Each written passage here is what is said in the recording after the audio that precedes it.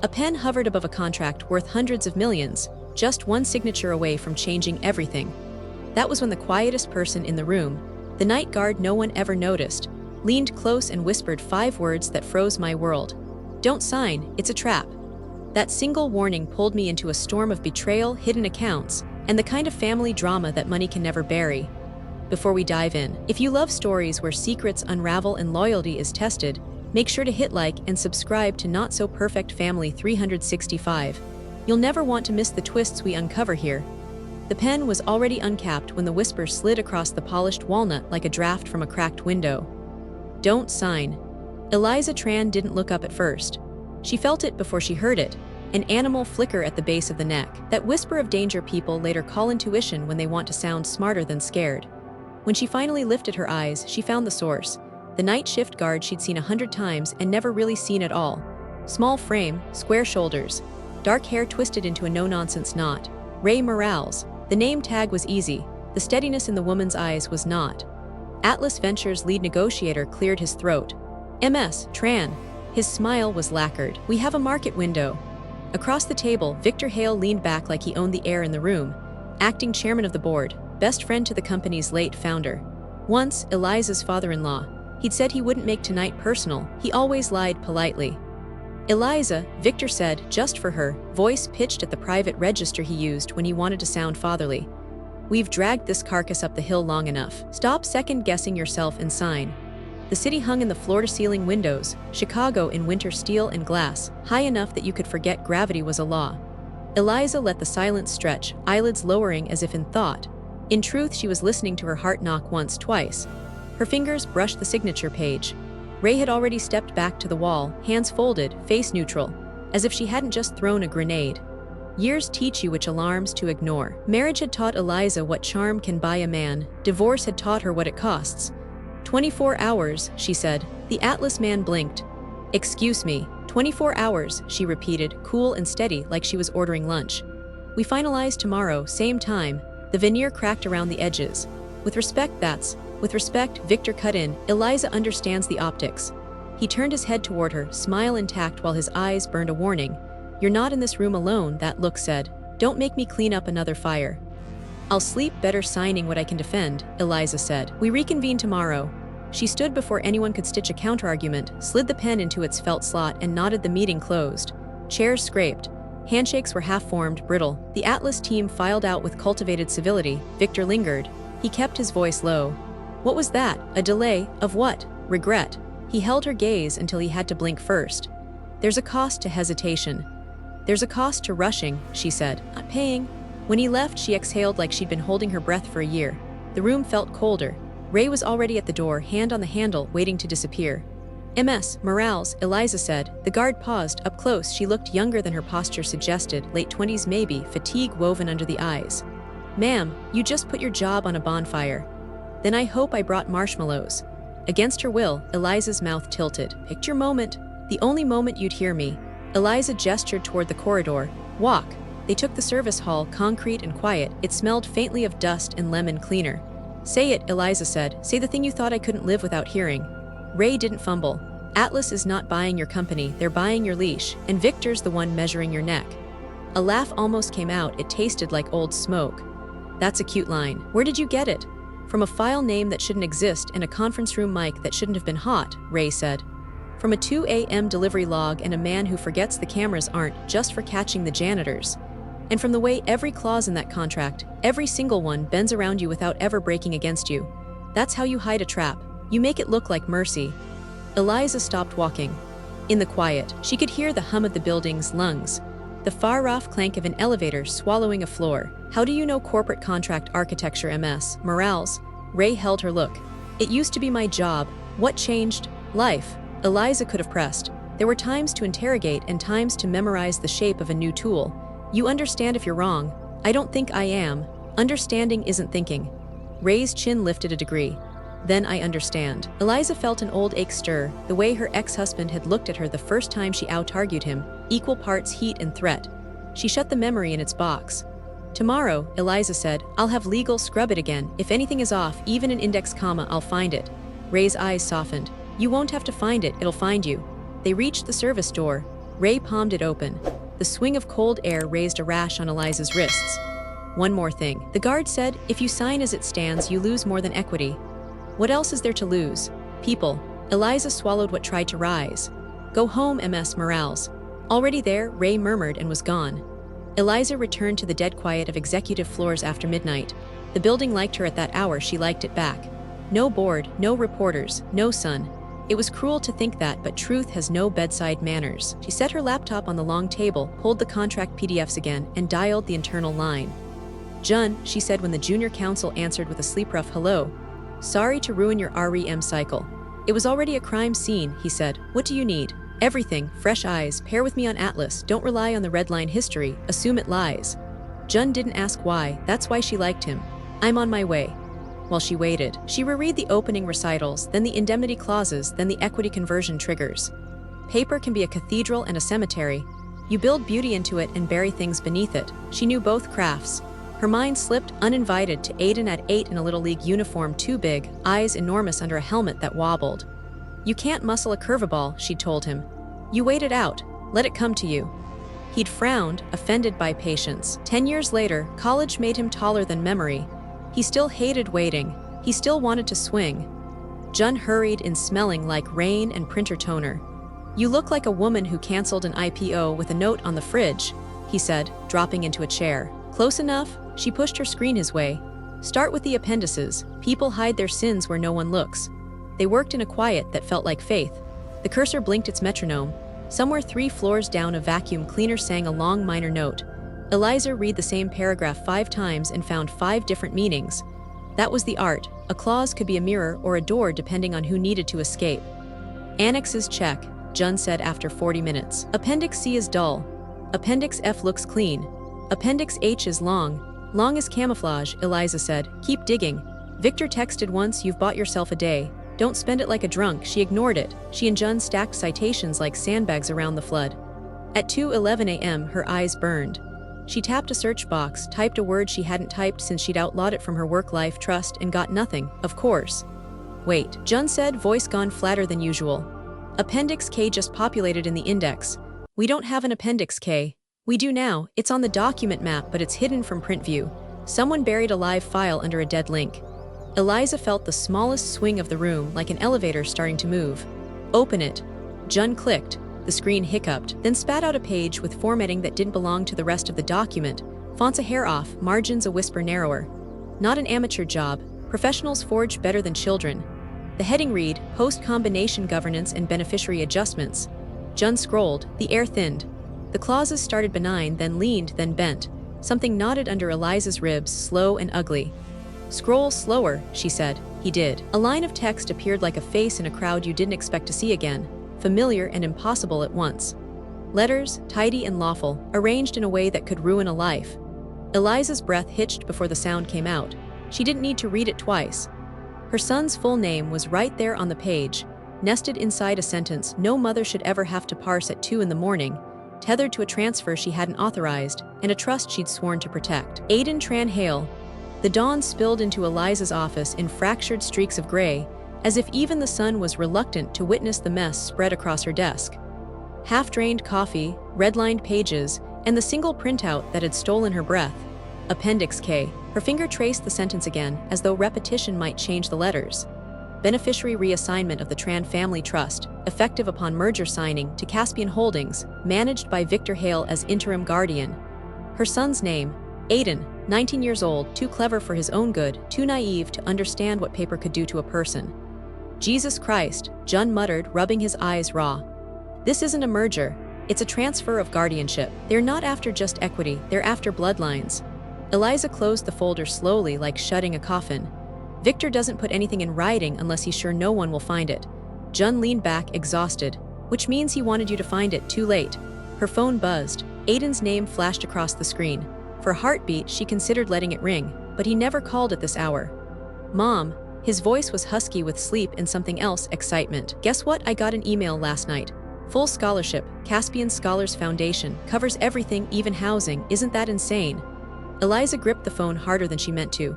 Forward it to me now. Why, you should be celebrating. You've been worried about tuition. Aiden, her tone cut him short. Send it, don't sign anything. A pause, then a muttered, okay, okay, chill. When the line went dead, Eliza sat frozen, Caspian again. The name was a weed spreading through her company and her family. Jun looked at her. We need to talk about leverage. We need to talk about war, she corrected. By mid-morning, Victor Hale swept into her office without knocking, as though boundaries were things for other people. His tailored navy suit fit like armor, his silver cufflinks gleamed. You made Atlas wait, he said, shutting the door with a deliberate click.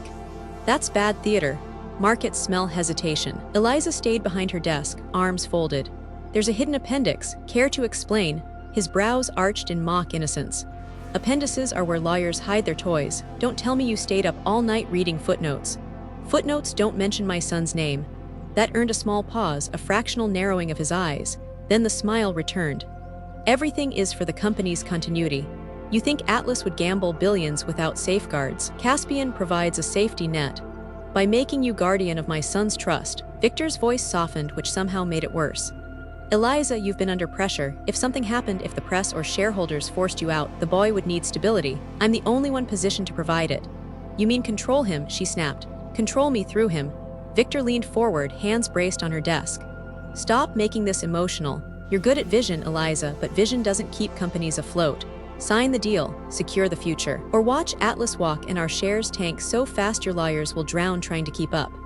Her memory jolted back to 5 years ago, her late ex-husband Michael in a hospital bed, Victor whispering promises of family first while quietly maneuvering for more board control. She should have known. She had known, but grief had made her deaf. I'm not signing, she said. Victor straightened, jaw tightening. Don't confuse stubbornness with strength. You'll only hurt Aiden. He turned on his heel, leaving the scent of his cologne and the weight of his threat behind. That afternoon, Ray Morales appeared at the security checkpoint outside Eliza's floor. She wore the same plain uniform, but her eyes carried the alertness of someone waiting for permission to speak. Eliza motioned her inside. You knew about Caspian. Ray nodded once. I couldn't prove it, but I guessed. I overheard Victor on a call 3 weeks ago. He said, secure the boy, the mother will follow. Eliza's chest burned. Why warn me at all? You risked your job. Ray looked down at her hands. Because I've seen this game before. I used to audit contracts for a firm in New York. They called it restructuring. Really, it was theft. Families lost everything because no one said stop. Eliza studied her, weighing truth against desperation. What did it cost you? Ray's jaw flexed. My brother's hospital bills. My career, everything I thought I was. Silence swelled between them, thick and sharp. Finally, Eliza asked, can you help me take this apart, legally, structurally, before Atlas forces a signing? Ray's answer was steady. Yes, but you need to understand, if Victor realizes you're stalling, he won't just come for you. He'll come for me. Eliza's lips curved in something close to a smile, though it didn't reach her eyes. Then we'd better make sure he never sees us coming. That night, as Eliza pored over contract drafts, her inbox chimed with Aiden's forwarded email. The scholarship letterhead bore Caspian's crest in deep navy and gold. At the bottom, in small italic print, one line chilled her blood. Acceptance of scholarship requires transfer of guardian rights to Caspian Holdings until beneficiary's 25th birthday. Her hand trembled. Aiden thought he was winning freedom. Instead, he was about to be signed away like an asset. She whispered into the empty office, not my son, not ever. And in the silence that followed, Eliza understood. The war had already begun. Ray Morales didn't sit until Eliza pointed at the chair, and even then she perched on the edge like a runner waiting for the gun. The security office they'd commandeered for privacy was all flicker and hum, wall of camera feeds, a coffee machine that wheezed like an asthmatic, a metal desk scarred by keys and impatience. Eliza folded her arms. You told me last night you used to do this. Contracts? Where? Ray kept her gaze level. Meriton and Cole, Midtown. I wasn't a partner. I did diligence for the people who bought lunch for partners. Law, finance, booth, concentration in corporate structuring. The facts landed with the quiet thud of a file on a judge's bench. Eliza's eyebrows went up before she could stop them. So how does someone with Booth and Meriton end up scanning badges at midnight for a tech company in Chicago? Ray's jaw ticked once, a small rebellion. Because hospitals don't care about resumes, they care about cash. Your brother, Eliza said, remembering the way Ray had said life like a door slamming. Lewis, 19 when they found the tumor. I believed in systems until I had to choose between arguing with them and keeping him breathing. She lifted a shoulder. I took a settlement, signed an NDA, and walked. I thought I'd come back after the surgery. I didn't. There was no tremor in her voice. That somehow made it worse. Eliza set her palms on the desk, leaned in. Okay, if you're here, we skip the pity tour. Show me why you said not to sign. Ray exhaled, business sliding into place over the wound. She woke the monitor and dragged a folder onto the screen labeled Night Logs. 2 weeks ago, after-hours deliveries went up by 40% on executive floors. Click. An overlay of timestamps bloomed. Crates in, carts out, elevator rides that didn't exist in the day. That alone isn't a crime. But then the keycard system started spitting anomalies. She brought up a second window, columns, rows, more numbers than mercy. Badge 0x314, Hail Victor accessed conf room at 1:57 a.m., 3 nights running. He left at 2:41, 3:12, and 3:46 respectively. Each time, the conference mic was left hot for anywhere from 40 seconds to 3 minutes. Eliza blinked. We don't record our own conference rooms. Ray's mouth pulled sideways. We do when the last IT head is paranoid about insider threats. A third window, audio files listed like teeth, DAT 025, DAT 026. Ray clicked one. First seconds were chair legs and fabric whispers, then Victor's voice, relaxed in a way it never was in daylight. Atlas wants the pretty version for the board package. The other version goes to Caspian at signing. Clean hands, dirty fingers. Another voice answered mail, smooth, unhurried. You'll get your guardianship clause, she'll never see it. People like her don't read footers when they think they're winning. Eliza felt the blow land in a place pride didn't cover. She lifted. Stop, Ray did. The file froze with Victor mid-breath. I read everything, Eliza said, and hated the thinness in it. You do, Ray said softly. That's why they hid Appendix K under a non-printing bookmark. You'd never see it unless you stripped the document map, which you did, which makes them nervous. Eliza stared at the wall of feeds, empty hallways, a cleaning cart abandoned near a vending machine, the elevator doors opening to no one and shutting on air. How many nights had she walked past Ray without seeing the person behind the uniform? How many times had she forgiven Victor his condescension because grief is a good liar? Keep going. Ray slid a thumb drive across the metal. Contracts. 2 versions. The board set, the one you've been redlining, keeps your majority after conversion. The shadow set diverts voting control post-merger to a shell. Caspian Holdings. We saw K last night, Eliza said. It names my son. I know. Ray's voice gentled, then sharpened. And there's more. The trust instrument for Aiden's scholarship. The reply to domain doesn't resolve to any recognized foundation.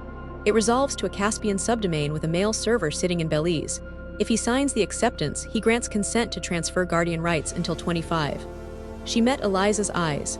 You sign your contract, Atlas gets the press release, Caspian gets your son. Eliza felt her throat close. The old movie reel clicked alive. The first time Aiden called her L as a joke, the night she slept on his floor after his father's funeral because he refused to be alone, the way he'd said at 12, I don't need a dad if I have you, and she'd smiled like it didn't break her. She set a palm flat on the desk so hard the coffee rippled.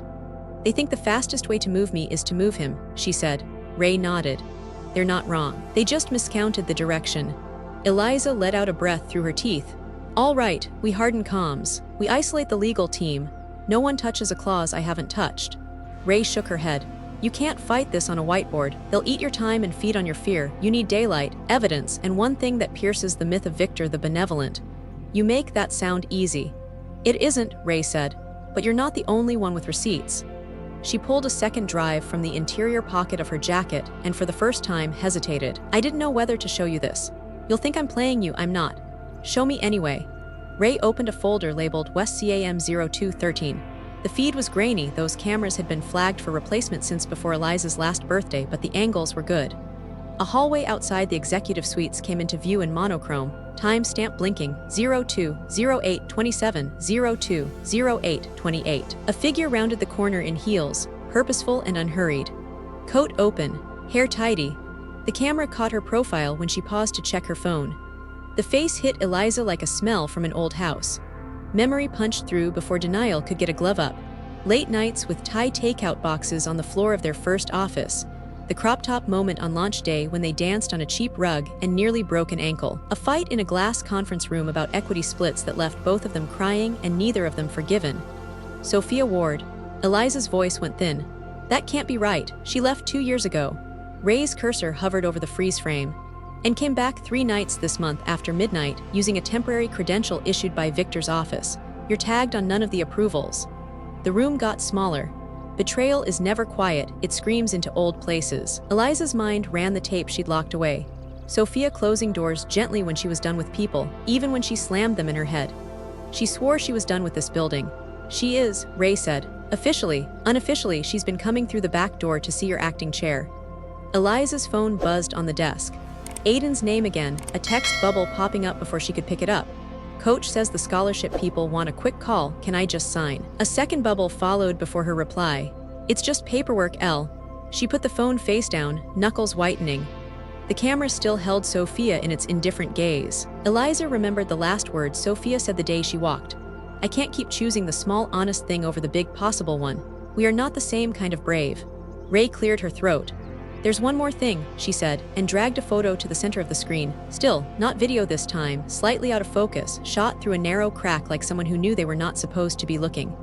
Victor's office door, open an inch. Two silhouettes inside, close enough to be one. The woman turned toward the light just enough for cheekbone and mouth to become a face.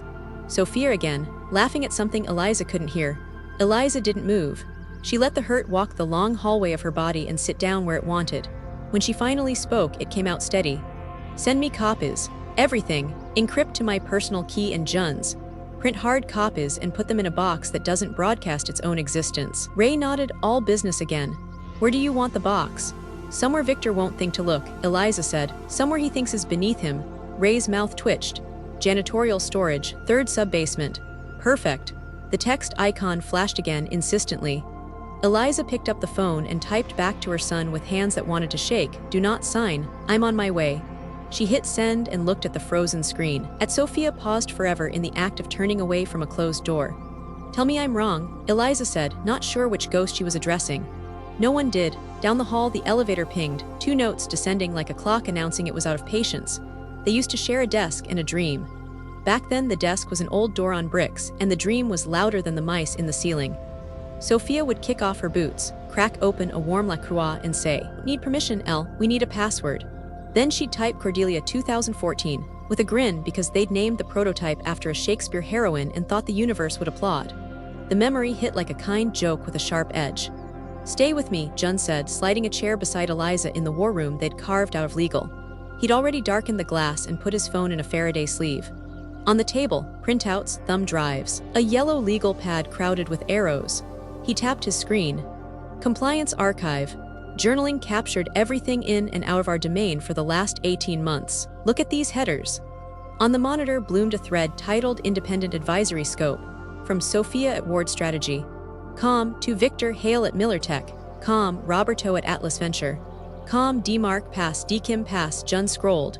The phrasing was clinical and expensive. Deliverables, governance messaging, board alignment, post-combination narrative, reputational risk mitigation. Compensation, $85,000/month retainer plus performance bonus paid toward Strategy LLC via Caspian Holdings escrow. Eliza forced air into her lungs. Independent advisor. Jun's mouth was a straight line. And Atlas pays her through Caspian. That's not independence, that's plumbing. He clicked a PDF named Talking Points VHSW. PDF. It opened to bullet points that felt like slaps. Position Eliza as visionary but fatigued. Emphasize stability, continuity, guardianship optics. Secure the boy, the mother follows. Eliza shut her eyes for 1 second and saw another room, another year. Sophia in ripped jeans, pacing, laughing at the idea of a grown-up board. We'll never be the company that talks down to users, she'd said. We build with them or we die. They had built. Then they had almost died. And when the crisis came, Sophia had chosen an exit shaped like a halo and a check. Want to call her? Jun asked carefully. No, Eliza's voice was sand. I want to hear her without giving her a line to perform. Ray, who'd been silent in the corner with a legal pad of her own, stood and crossed to the whiteboard. She drew 3 circles and labeled them, Victor, Sophia, Atlas. She connected Atlas to Caspian and underlined it twice. We need one lever that makes this whole thing buckle, she said. Something that isn't an opinion or a clip. Something they can't smear. Money, Jun said. Money, Ray agreed. Follow where it sleeps. Jun cracked his knuckles, typed, and pulled up treasury logs. Wire transfers flagged integration prep. We saw 23 million moving last quarter. The routing matched Atlas's public escrow accounts. Matched is what they wanted you to see, Ray said. Drill into the raw ACH detail. Jun drilled. 2 clicks and a password prompt later, he swore under his breath. Victor hardened access last week. Eliza stared at the blinking cursor like it had insulted her personally. He didn't change the hint, did he? Jun hovered his mouse over forgot password. The hint popped up. First investor plus date we opened our first office. Eliza barked a laugh that sounded like a bruise. He wouldn't. Ray glanced over. Would what? Eliza, Jun warned. He thinks nostalgia makes him unpredictable, Eliza said. Her fingers moved before good judgment could veto them. She typed Cordelia 0905. The screen shook its head. She exhaled, reached deeper. He hated that name, she murmured. Said it sounded like a perfume. He insisted the office opening date should be the day he cut the ribbon for PR, not the day the lease began. She added a month, kept the day. Cordelia 1005. The vault opened like a mouth. Jun blinked. That's concerning. Write it down, Eliza said. In pencil, then burn it. Inside the Treasury vault, subfolders labeled escrow vendors Caspian. Jun clicked Caspian. A spreadsheet welcomed them, rows of wires, memo fields, receiving banks, intermediary banks, Belize, BZ. Ray leaned closer. Sort by date. Jun sorted. The newest wire was yesterday, $1,500,000, from Miller Holdings Operating, to Belize National Trust Cust, Act, Memo, et Retainer Pool. Eliza's heartbeat slowed and then slammed like a plane that thought about landing and changed its mind. Et, Jun looked at her. Eliza Tran. Or Eliza, TH. She stopped, because her memory did that thing where it grabbed your face and made you watch. A fundraising night 6 years ago, Sophia scrawling a post-it in Sharpie ET, never phones home and sticking it on the monitor, a joke about Spielberg that wasn't a joke at all. She mocked my initials for a month, Eliza said. Ray clicked the memo field. A note expanded. Her SW, route performance comp for ET to custody account. Keep initials only, we'll paper later. Jun's chair creaked. Her SW, ET could be anyone, Eliza said, the lie collapsing the second it left her mouth. Ray's eyes darted. Or anything, an alias, a puppet, a person they want you to think is you. Eliza swallowed, tasted metal. There's another ET, she said, hating how it sounded like superstition, like hope. Eliza TH. The office door rattled once hard, like a fist that expected obedience. Victor's voice bled through wood and steel. Open, Eliza. Jun yanked the vault closed. Ray slid the thumb drives into her boot like a magician palming cards. Eliza took exactly 2 seconds to smooth her hair, stand, and unlatch the door. Victor filled the threshold with tailored fury. What are we hiding? My temper, Eliza said. He tried to look past her. Good, you'll need it when the board sees the Belize account with your initials on it. Her pulse missed the step and then ran. What did you say? Victor smiled without warmth. Transparency audit, routine. It pulled a retainer pool tagged ET. You really should be more careful where you stash your money, L. Jun's pen snapped in his hand. Ray didn't move, didn't breathe. Eliza held Victor's gaze, kept her voice level, and lied with every inch of discipline she had left. Then bring it to the board. Oh, Victor said, delighted, I intend to. He left his cologne in the room like a fingerprint. When the door clicked shut, Jun whispered, how does he know what we saw? He doesn't, Eliza said, though the edges of the truth were already cutting. He planted it, or he found it. Either way, we're out of time. Ray opened her palm. On it lay a printed account registration page she'd pulled while the vault was open, ink still warm. Account holder, E. Thorne, jurisdiction, Belize. Initials on file, E.T. Eliza stared until the letters blurred. Sophia hadn't just built a password out of their past, she'd built a person. And the name on the account wearing Eliza's initials wasn't Eliza at all. By noon, the war room smelled like coffee burned twice, and paper warmed by too many hands. Ray had dragged in a rolling rack from facilities and turned it into a crime wall, strings of tape connecting names, arrows to bank accounts, a printout of Appendix K pinned like a pinned butterfly. Don't look at the signature, she said, tapping the lower corner of a scanned instruction that routed money to the Belize custodian. Look at the certificate. Jun slid in beside her with a laptop and a pair of readers he swore he didn't need. Our e-sign vendor is SignFlow. Every signature carries a cert chain, issuer timestamp, device hash, token ID. Ray nodded and pulled up the metadata pane. Eliza's token, your token ends in A1D3. The file that pushed the retainer pool, different token, 7F39. Different device hash too, and the serial is prefixed Thorn-LZ. Eliza leaned forward. Spell it. Thorn, Ray said. E. Thorn. Jun whistled low. They didn't forge your name, they manufactured a woman who looks like your name. Eliza steadied her breath. She'd seen identity theft wreck people, the way a stranger's purchases become your debts and your debts become their alibi. But watching it designed in corporate font made her teeth ache. Ray clicked to a second screen, onboarding files. KYC package for the Belize opener. Driver's license scan, passport data page, proof of address. The image popped. Eliza Thorne, hair dark, eyes brown, cheekbones blunt enough to pass for a cousin in bad lighting. Under the photo lay an address in Evanston Eliza didn't recognize. Jun zoomed. License barcode decodes clean. Passport MRZ checksums pass. He frowned. But look at the lighting in the passport photo, flat, studio, DMVs don't do that. And the timestamp metadata is UTC+2, not central. Ray opened and overlay tiny boxes with numbers only people who live in numbers love. The EXIF says it was shot on a Canon EOS 5D with a studio profile. Whoever built this file knows what a file looks like when no one's looking. They didn't steal a person, they engineered one. Eliza's throat went dry. Can we trace who uploaded? We could, Jun said, if the upload logs still existed. Ray's face sharpened. They don't. They were wiped last Friday, right after someone disabled the retention policy. Who had that permission? Eliza asked. Jun didn't answer. He opened an access list. Ames scrolled by, the general counsel's, the head of IT security, Owen Pike and Victor. A red line cut through Owen's name. Owen put in for garden leave on Monday, Jun said carefully. Packed up his plant and left a Yeti mug on the sink. I called him this morning. Number's dead. Where does he live? Ray asked. West Loop glass shoebox gym in the basement. Ray grabbed her jacket. I'll go. Eliza stopped her with a look.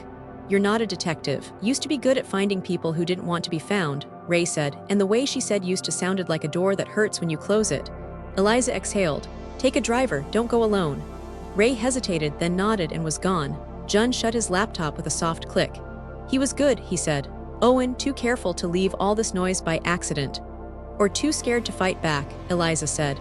The thought tasted like something she knew too well. Her phone buzzed. Aiden, text, then call. She answered, bracing. Mom, Caspian scholars just called, he said, words already halfway to a yes. They said I won the leadership cohort. It's like networking internships, the whole thing. They sent a portal link. It expires in 24 hours, so I just need to. No, she said, sharper than she meant. Don't touch it. A beat of silence. Can you not do this right now? Every time something good happens. It isn't good, it's bait. He laughed, brittle. You're seeing traps and confetti. Coach says this foundation's legit. Coach didn't read the annexes of a corporate merger where your name is a bargaining chip. She tried to soften her voice. Forward me the link, please. Victor already looked at it, Aiden said, as if presenting a note from a teacher. He says the guardian clause is just a liability waiver. He says you're stressed and making this about you. Heat flushed the back of her neck. Victor is making everything about Victor. He's trying to help me, Aiden said, and in the background she heard the hollow echo of a dorm hallway, teammates' voices, a door thunking against a shoe. You're trying to help your company. I'm trying to keep you mine, she said, too fast, too raw. Silence again, longer this time. I'm not a thing to keep, he said softly. The words landed where only mother words can land. She swallowed and made her voice steady by force. Send me the link. Give me 2 hours, then we'll talk, deal. He breathed out, half a laugh, half surrender. Fine, 2 hours. The line went dead. Eliza stared at the phone for a heartbeat that felt like a dare. Then she forwarded the link to Jun and stood. Let's see their portal. They opened it on a quarantine machine. The page wore all the right clothes. Serif logo, photos of diverse scholars laughing at nothing, quotes about unlocking potential. Beneath the banner, a button glowed, begin onboarding. Jun right-clicked through the source. Script calls an API at Caspian Edu. Support nada. Org, payment rails masked as disbursements. Consent language buried under progressive disclosure, smart design. He clicked begin on the quarantine box. A modal slid in, to expedite your award, designate a guardian entity to coordinate benefits. 2 choices bloomed like a rigged coin, Caspian Holdings default or other with a gray note, manual review required. 6-8 weeks. Jun rubbed his temple. They're not even hiding the gun, they just painted it pastel. Eliza's phone vibrated again, another text from Aiden, a screenshot of the portal on his phone with the caption, see, it's normal, don't make me the only kid who says no to free money. A second text followed so fast it had to have been typed before the first sent, I love you. She typed back, I love you more, wait for me. She didn't hit send. She deleted the last 2 words, then retyped them slower as if changing the speed could change the outcome. Wait for me, send. She looked up and caught Jun's face, the ache in it he didn't intend her to see. What? She asked. My dad signed a payday loan after my mom left, he said, embarrassed by the confession the second he let it out. He lost the house. He thought it was help too. Eliza softened. We don't get smart by never being stupid, she said. We get smart by surviving it. The door cracked open. Ray slipped back inside, hair damp from snow. She set a keycard on the table. Owen's place is clean, she said. Too clean, toothbrush new in wrapper. Fridge stocked like a grocery ad. Smells like someone staged this apartment to look like someone lives here. Eloped with a rich conscience, Jun tried, or relocated by people who write relocation as a verb, Ray said. But I found this in the trash chute catch. He shredded it. The chute got stuck. Building super fished it out. She set down a handful of curls that became a page when Jun fit them together like grief. Dear Mr. Pike, as discussed, your garden leave begins effective Monday. We appreciate your cooperation with the transition and trust you will honor your NDA. Per our policy, your severance will be funded via Caspian Holdings escrow. Signed by a name none of them recognized and countersigned by Victor Hale. Eliza stared at the signature, at the co-sign line, at the company letterhead that wasn't theirs. Atlas is paying our head of IT to vanish with an NDA we didn't draft, she said, voice flat. Ray pointed to a postscript, a single line, keys to HSM custody safe will be couriered to the custodian. HSM, Jun repeated, our hardware security module, the thing that keeps our signing keys real. Which means, Ray said, that if the custodian is Caspian, they can mint signatures that look like yours, or mine, or the board's. Eliza felt the room tilt again. She put her palms on the table and pushed it back into place. Then we stop arguing about optics, she said. We go to the board now with the wires, the cert chain, the NDA, the Owen letter. Ray shook her head. Victor will say this is a smear from a disgruntled guard and a junior lawyer. He'll wave Bellie's initials and call it yours. He'll call security and escort me out while you're still explaining SHA 256 to people who think encryption is a personality test. He won't, Eliza said. Not if I speak first, not if I drag sunlight into the room before he can black out the windows. She pulled her phone and hit a contact she hadn't used in a year. Martha, she said when the HR chief answered. Emergency board session. 20 minutes. No leaks. No proxies, in person. She ended the call before Martha could ask questions. Jun stood already, gathering printouts. Ray pocketed the shredded letter like a talisman. They moved as if motion itself could build a wall between them and the next bad thing. Eliza reached for her phone again to text Aiden a photo of the consent trap to flood him with proof before Persuasion got a second wind. A new notification beat her there. Aiden, on with Caspian now. Just a quick orientation. Don't freak out, she called. It went straight to voicemail. Don't go, she said to the recording stupidly like he could hear her through time. They shoved into the elevator. Numbers blinked. Eliza pictured Aiden in his dorm, hunched over a laptop that still had a plastic film strip on one hinge because he never removed anything completely. He'd be wearing the hoodie he stole from her closet when he thought she wasn't looking, the one that still smelled like her laundry soap in old days. The elevator opened into the board foyer. Directors floated in clusters like expensive ships, faces polite, eyes hungry. Victor stood by the windows with Sophia at his elbow, both of them lit by winter sun like two saints in a painting commissioned by a liar. He smiled when he saw Eliza. Sophia didn't. She watched, measuring. Let's begin, Eliza said, taking the head of the table before anyone could decide she didn't deserve it. Phones slid into sleeves. Martha shut the door. Jun teed up the first slide. As the first wire detail filled the screen, Eliza's phone vibrated against the wood. One glance, one sentence. Aiden, the portal says almost done. There's a big green button, do I just tap it? Her reply typed itself on instinct, no.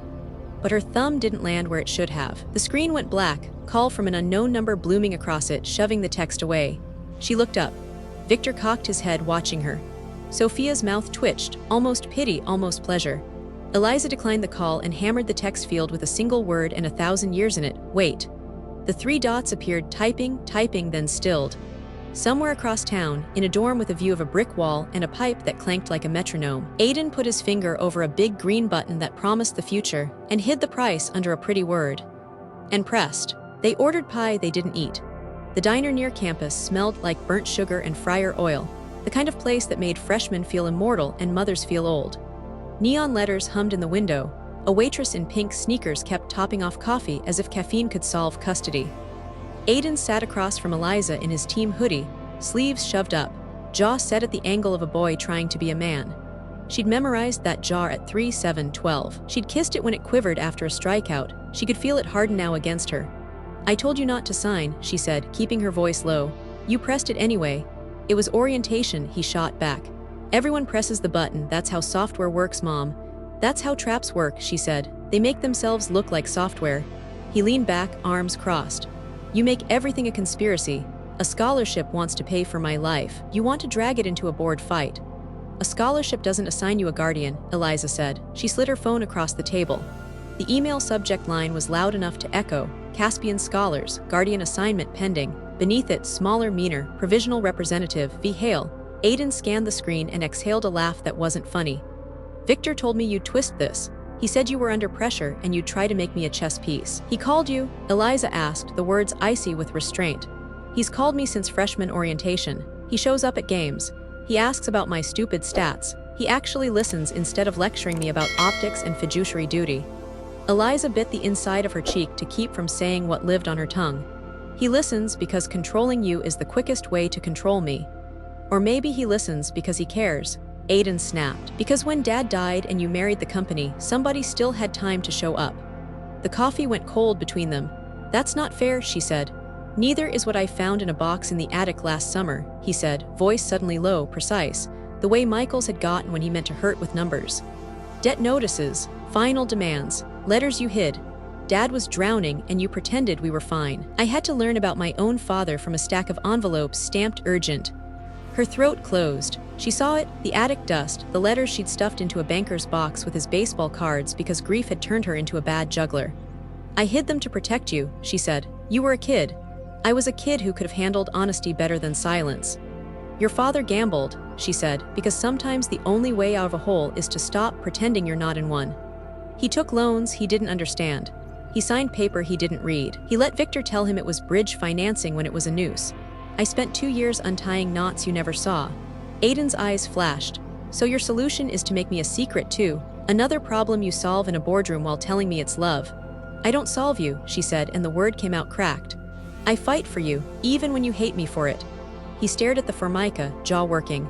The waitress slid by with another pot. Eliza covered her cup with her palm. The waitress drifted away, the pot steaming like a small engine. Caspian's portal said it was standard, he said finally. A coordinator, an entity to handle disbursements, legal language, everyone checks the box. If you just trusted me. Read it, she said. Not the summary, the clause. It says guardian rights until you're 25. They'll hold the key to your account, your healthcare, decisions that belong to you and me. It's not like I'm 6, he said. It's paperwork. It's a leash, she said, and I know what it feels like to wear one. Memory rushed up unbidden, a younger Eliza sitting on the edge of a hospital bed with Michael's hand in hers, Victor leaning in with that soothing, patient tone. Family first, Elle, sign here. I'll keep the lights on while you grieve. She'd signed so many papers that month she'd stopped feeling her fingers. I'm not Dad, Aiden said, as if he could hear her ghosts. I don't need a leash. I pressed a button because I'm tired of being broke and tired of hearing later. You weren't there last spring when my card declined at the grocery store. I was on a plane to Tokyo trying to keep 300 jobs from evaporating, she said. I was doing the thing that pays for the groceries. And this pays for my life, he said, tapping the phone with a fingertip that had skinned knuckles from fielding drills. You keep telling me to see the long game, this is it. You don't see the long game, she said, gentler now. You see the highlight reel. Victor made sure of that. He's been feeding you moments so you won't notice the plan. Victor's plan? He's an old man with a flip phone. He's an old man with a custodian key, she said, and a habit of turning boys into leverage. Aiden flinched at the word boys. He was so hungry not to be one. Coach says the foundation is legit, he said, softening his voice around the word that still mattered to him more than she did some days. Coach reads headlines, Eliza said. I read appendices. He rolled his eyes, but the corner of his mouth twitched, the old joke almost landing. Then his phone buzzed on the table. He turned it over, a text from unknown, great job getting on the call. Orientation complete. Welcome to the cohort, Aiden. A second text, this time with a name, Victor, proud of you. Tomorrow we'll get your housing upgrade sorted. Stake on me tonight. A third, seconds later. Also, ignore any panic from your mom. She's under scrutiny. It'll pass. He looked up, caught Eliza reading over the phone, and turned it face down like a child hiding a cookie. He's triangulating you against me, she said. He wants you to see me as the hysterical one so he can be the calm. You are hysterical, he said, then winced at his own word choice. She let it slide. Come home tonight, she said, shifting tactics. Dinner, no lawyers, no contracts, me and you and a bad movie. We'll talk to a real Foundation officer together. I'll bring in a third party to vet the portal. We'll, he echoed, weary. You and your we, you never say you trust me to decide. Because you just pushed a button that handed my enemies a handle on you, she said, the heat back in her throat. Maybe your enemies are just people who got tired of your control, he said, and there he was, Michael's son, mouth shaped around a sentence that aimed to wound and succeeded. Her hand curled around her fork, then released it. She steadied herself with the oldest drill she knew. Breathe, count to 5, remember when he was small and believed she could fix anything, count to 5 again because you can't. The doorbell chimed. Cold bled in with a man in an overcoat, snow crystals dusting his hair. For a second, Eliza thought it was Victor and felt her spine straighten for battle. It wasn't. Just a stranger shrugging off weather. Her phone buzzed again, email this time. Subject line, notice of guardian change, Tran Family Trust. She opened it with a thumb that didn't feel like it belonged to her. We have received a request to designate Caspian Holdings as coordinating guardian for beneficiary Aiden Tran Hale. Provisional status, active. Representative Victor Hale. If you believe this is an error, file an objection within 24 hours with supporting evidence. Absent objection, provisional will convert to full designation. Beneath that, a court docket link. Hearing, Summary Guardianship Review 9:00 a.m., County Courthouse. She felt the floor tilt, then right itself beneath the weight of a decision. Aiden, she said, voice steady as a blade laid on a table, this isn't a fight about pride. It's a hearing about who gets to make decisions about your life. They scheduled it for the morning because they think I won't get there in time. I'm going to object. I'm going to walk into that courtroom when the sun's barely up, and I'm going to put a knife through this paper. He stared at the email on her screen. Doubt moved across his face like cloud over water. Two boys in his head were arguing, the one who wanted a free life and the one who knew prices. For a flicker, the second boy won. He looked up, eyes softer. What if I don't want either of you to own me? He asked, and it broke her heart that he thought ownership was the only language adults spoke. You don't belong to anyone, she said. Including me. That's why I have to fight now while it's still paper and not bars. The bell chimed again. This time it was Victor. He didn't look at Eliza first. He looked at Aiden the way fishermen look at water they've already mapped. Champ, he said, easy as a cheat code, and clapped a hand on Aiden's shoulder like he'd earned it. You ready? Got us a table at Morton's. You can tell me about practice. I want to hear about that new swing. Aiden's head turned a fraction toward his mother. Eliza didn't blink. She didn't give him a nod he'd mistake for permission or a shake he'd call control. She let him live in the choice. Victor finally met Eliza's eyes over the top of Aiden's head. His smile never touched them. Eliza, he said lightly, you look tired, the market does that. You look confident, she said. Guilt does that. He laughed a little too loud for a small room. We'll see you at the board tomorrow, or court, wherever you prefer to lose first. Aiden rose, scraping the chair. He grabbed his jacket, his phone, his life. For a second, he bent to kiss his mother's cheek. He didn't. He straightened instead. I'll text you, he said. Text me when you get home, she said, and hated how small the word home sounded when the person going there wasn't sure where it was. Victor guided him toward the door with a touch that pretended to be paternal and was mostly leverage. Outside, the SUV idled at the curb, exhaust sketching ghosts on the winter air. Aiden reached for the passenger handle, hesitated, glanced back through the glass. He couldn't see her. The neon made the diner a mirror. Eliza watched the reflection instead. A boy getting into a car that wanted to be a carriage. A man unlocking a door he'd spent months building. Her phone buzzed one more time. The court docket updated. Notice. Respondent Counsel of Record, Ward Strategy LLC Special Appearance. Sophia's name sat there, black letters on white screen, like a fingerprint on a throat. Eliza put a 20 under the coffee cup that had gone cold long before she had, stood, zipped her coat, and walked into the wind. In the glass, for half a heartbeat, she saw another Winter, another face, Aiden at 8, helmet too big, hands too small, elbow jutting wrong. You can't muscle a curveball, she told him then. You wait it out. Let it come to you. This pitch wasn't a curveball. It was a fastball at the ribs. She didn't have the luxury of waiting. She called Ray. Wake Jun, she said when Ray answered on the first ring. Sophia just filed a special appearance. Guardianship review at 9. I want Appendix K printed on poster board and the Caspian wires on their biggest screen. We're not negotiating tomorrow. Ray's voice came back calm as a breath on a dark night. Copy. And Ray, Eliza said, eyes on the taillights vanishing into snow. If they try to move the hearing, we move them. How? Eliza's mouth tightened into a smile that didn't reach softness or forgive anything. By making sure when they say my initials, the judge hears my name. By 8:12 a.m., the market had already decided Eliza was guilty of something. The pre-market tape bled red. Chat rooms with wolf avatars screamed sell in fonts that looked like they'd been sharpened. Rumor moved faster than proof. It always did. Jun slid into the war room with a laptop and a face that had missed sleep. Borrow fee spiked at 7.03, he said, already screen sharing to the wall. Short interest up 3% overnight. And look at the options chain. Columns blossomed, strikes dates, open interest bulging like a bruise. Jun circled a column with his cursor. 5,000 puts printed last Friday at the 20 strike, expiring next week. That's not hedging, that's a bet that wants to be right fast. Ray stood by the whiteboard, arms crossed, eyes on the numbers like they were a language she remembered in her bones. Who took the other side? 2 market makers, 3 anonymized funds, Jun said. He clicked again, a new graph slamming onto the screen, dark pool prints, then a heat map of where the trades slept. And this, a fund registered to a Delaware address Atlas uses for SPVs. The timing's perfect. They build a fire, then sell you water. Ray's phone buzzed. She skimmed a text and tossed it on the table. IR's drowning. Reporters want comment on governance turmoil. Someone leaked the guardianship hearing. Eliza's jaw tightened. Sophia. Jun didn't argue. He pulled up a second window, fin twit thread by an account called it Steady Governance, mask logo, confident tone. Hearing rumor CEO faces personal guardianship dispute, board must prioritize stability. Atlas deal makes sense now. 1,000 retweets, 50,000 hearts. None of them read appendices. Markets punish maybes, Ray said. We've got to make this a no.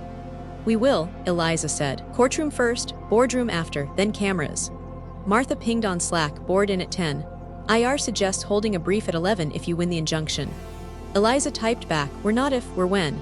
Sending certainty through a keyboard was like throwing hot tea at a blizzard, but it warmed her hands. Her phone lit with Aiden's name, a text without punctuation. I won't go with Victor to court, I'm going with Coach, he says be civil. She answered, thank you. I'll be there before docket calls. Jun pinched a bridge of his nose.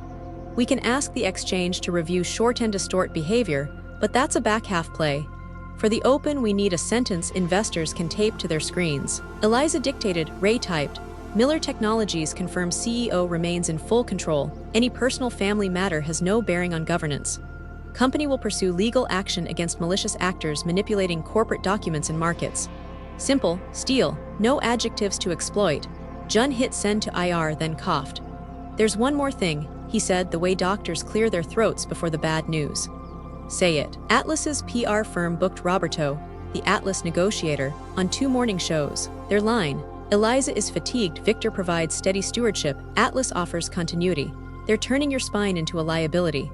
Eliza almost laughed. They can have my fatigue, they can't have my signature. Ray's gaze snapped to a corner of the wall where a small monitor carried the internal comms channel, the one Victor liked to use for family updates. The screen flashed, new video, a note from Eliza. The thumbnail was her, or at least it wore her face, in the executive conference room under unforgiving lights. Ray crossed the room in 3 strides and killed the autoplay, a beat too late.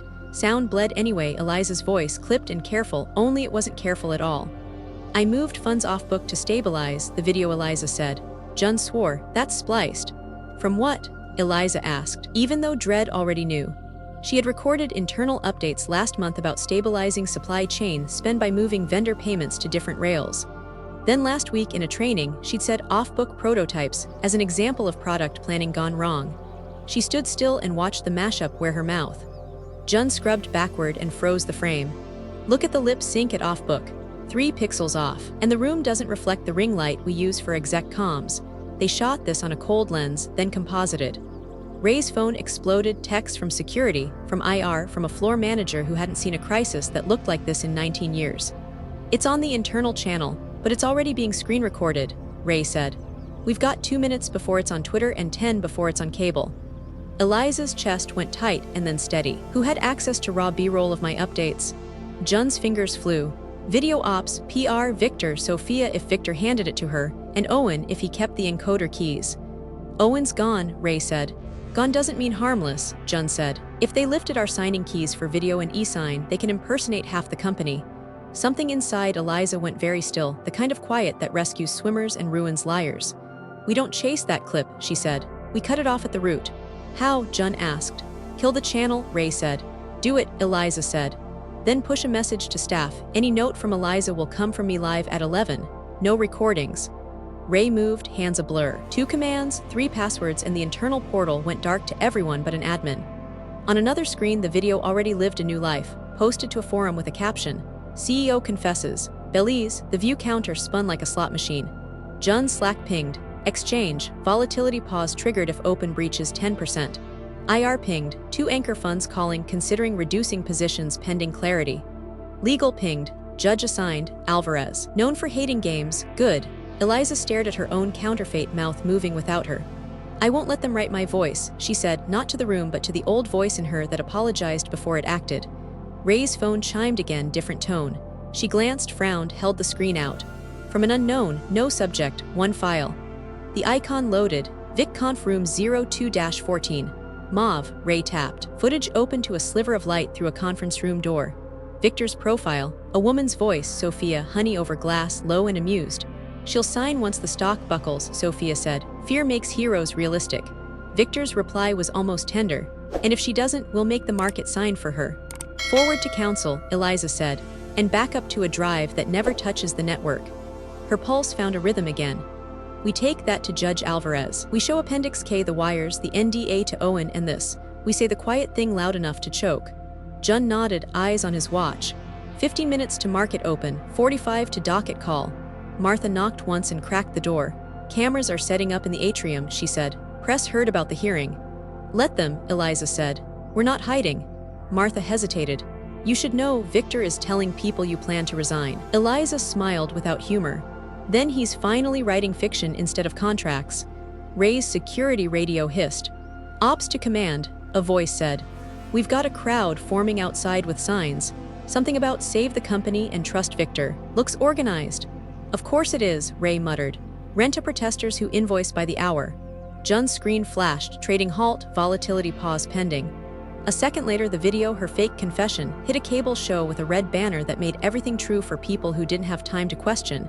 CEO admits financial misconduct. Exclusive. They're not waiting for us to speak, Ray said. They never do, Eliza said. Her phone buzzed one last time before she headed for the door. Aiden, Judge Alvarez, is she fair? She typed back, she reads the appendix. Then she put the phone in her coat pocket like a talisman and turned to the room that had become a trench. Court, she said. They moved together. The hallway outside was noise and winter and the smell of coffee that had been abused. As they reached the elevator, Jun's laptop chimed with a new email from press at Ward Strategy. Com. Subject line, statement from CEO Eliza Tran. Ray swiped it open. The body was one sentence and a video link. Eliza hit play without blinking. The screen filled with her face again, perfectly lit, lips synced to a sentence she had never said. I authorized the transfers, her mouth declared to the world. The elevator doors opened with a clean hotel lobby chime. They stepped inside anyway. The elevator doors slid shut on a future that wanted to devour them, and Eliza let the steel reflect her face back at her jaw set, eyes past sleep. She reached for the handrail, felt the vibration of the building in her bones, and thought of last night, the only reason they had a chance at all. 2:13 a.m., sub-basement 3. The air tasted like old pennies and Freon. The cold room wasn't romantic. No blue glow, no cinema smoke. Just a bunker with overbuilt HVAC, concrete that a bomb might respect, and rows of racks wearing dust the way soldiers wear tired. Ray's flashlight cut a narrow river through the dark. Motion sensors along the ceiling, she whispered. They trip on heat bloom, keep your jacket on. Eliza zipped up, breath ghosting. You said we still had manual custody here. We did. Until someone decided the cloud was cleaner, Ray said, crouching at a control panel older than Aiden. She pulled a ring of keys like a jailer in a western, found one with a notch filed into a tiny star, slid it home. The panel sighed. The room woke, fans rising to a throat-clearing hum. Jun stood watch at the door with a borrowed access card and a face that didn't want to admit it was afraid. You're sure we're alone down here? You're never alone in a building with cameras, Ray said, but her mouth tilted. I turned those to look at the wall 10 minutes ago. Eliza followed Ray down the first aisle. The racks were labeled in a handwriting she recognized. Owen Pike's, sharp block letters that always looked like they'd been written to be read by a man in a hurry. Tape Archive F, HSM Shard Safe, Microfilm Bond Docs, a reliquary of obsolete truth. Ray stopped at a steel locker with a lockbox slot and a sticker that said nothing important. She grinned without humor. When someone labels a thing nothing important, it's the most important thing in the room. Please tell me there's a key for that too, Jun said. Ray slid a thin, flat key from the back of her boot. The lock turned with the reluctant clunk of a throat clearing. Inside, tamper-evident envelopes, wax seals still unbroken, a thick binder stamped Board Action Originals, and a canvas pouch marked Signing Keys, Shard 3 of 5. Jesus, Jun breathed. If they have 3 shards, they can reconstruct. They don't, Ray said. I have this one. Eliza lifted the binder. The leather was stiff with age and utility. Inside, tabs in colors only secretaries still buy. Merger, Draft 0. Merger, Draft 1 Initial. Appendices, Original. No K between J and L. Her stomach pulled tight, then loosened with anger that felt like oxygen. Here, Ray said, handing her cotton gloves from the pouch. No oils, you don't feed paper your skin. Eliza smiled despite the ache. She opened Appendices Original and felt the relief hit like a clean dive. No guardianship clause, no beneficiary reassignment. The line where Aiden's name had lived like a knife in the later file was just white space, the kind that comforted. She paged to the signatory sheet. Dates. Initials. The little things you can't fake unless you steal time too. Jun hovered at her shoulder. If K doesn't exist in the original, it was injected later. And if this binder was under lock since the drafts, then someone had to swap out the electronic set post control. Eliza turned another page, custodian chain. Owen had initialed across each page like a man who knew he was building a last alibi. In the margin of one sheet, Caspian Courier attempted access 0241. Denied. See camera. Eliza felt a small, violent joy. He tried to keep the gate, she said. Ray held up a plastic envelope with a blue strip. Microfilm for the board minutes, she said. If it's on film, it's real or you're in a spy movie. Eliza slid the strip into the reader bolted to the next rack, cranked the handle, watched the minutes bloom in gray. Motion, authorize management to finalize with Atlas, subject to Appendix J. The vote tally inked in cramped hands. Sophia's name didn't appear. Victor's did. He'd abstained on one motion, custody of trust instruments remains with current guardians. After a debate that ran 3 pages and bled into an argument about optics, she could hear in the rhythm of the stenographer's keystrokes. Print it, Ray said. The reader coughed out thermal paper that smelled like school insolvents. Eliza fed it into an envelope, kissed the seal without thinking, like a prayer for proof. Jun checked his watch. We have 50 minutes before the overnight guard makes his boredom round. If we're ghosts, we should leave now. One more, Eliza said, and moved to the HSM shard safe. The combination lock was the type you spin in high school, muscle memory and patience. Ray leaned in, ear near the metal. 3 spins, a click like a soft verdict. Inside, foam cutouts. 1 empty, 2 full. Ray exhaled. Someone already took 2. Eliza, Jun said, dread rising. If Victor has 2 and the custodian has 1, then they can counterfeit me, she said, and said it calmer than she felt. She took the remaining shard anyway, because refusing the last tool is a kind of surrender. Ray pocketed it like she'd always owned things that weren't hers to save the people who were.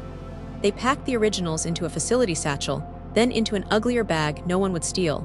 When Eliza reached to close the locker, her fingertip brushed a manila folder shoved to the back. No label, just edges. She pulled it free. Inside, a printout of a visitation log. Sign in, Ward Sophia guest, sponsor Hail Victor, time 02:39 a.m., destination Executive Records. A second line, courier, no name given. Destination, custody cage. Notations in Owen's block hand, denied access. Sponsor escalated. I said no. Eliza smiled for the first time in hours, grim, grateful. He fought, she said. That's why he disappeared, Ray answered. The light over the door flickered once, twice, then steadied. Ray's head came up like a dog's. Time, she said. Walk normal. If we run, cameras wake up. They killed the panel and the room slid back toward cold. As they reached the steel door, Ray presented her badge to the reader. The light flashed green. The bolt thunked. They slipped into the service corridor and took 10 quiet steps.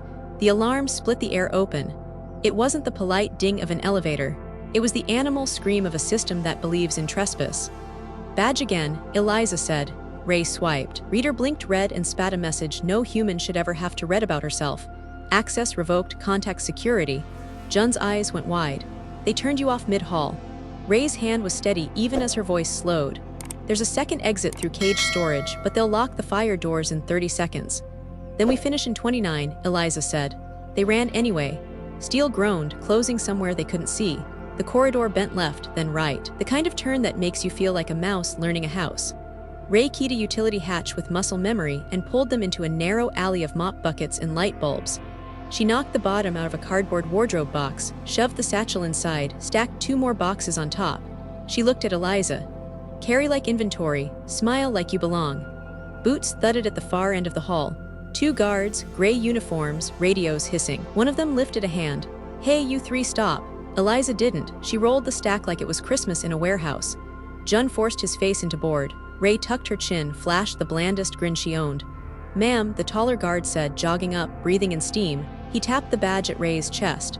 This just got deactivated. You can't be down here. Ray nodded toward the boxes. Inventory pull for facilities. We're late for a board thing. Deactivation is a mistake. You want to be the guy who makes legal weight on poster boards and bottled water. The guard faltered the way people do when bureaucracy is waved in their faces like a curse. The shorter one peered past the boxes, suspicious without a direction for it. "What's in the bag?" "Light bulbs," Eliza said deadpan. He squinted. "Feels heavy for bulbs." "They're for the auditorium," she said.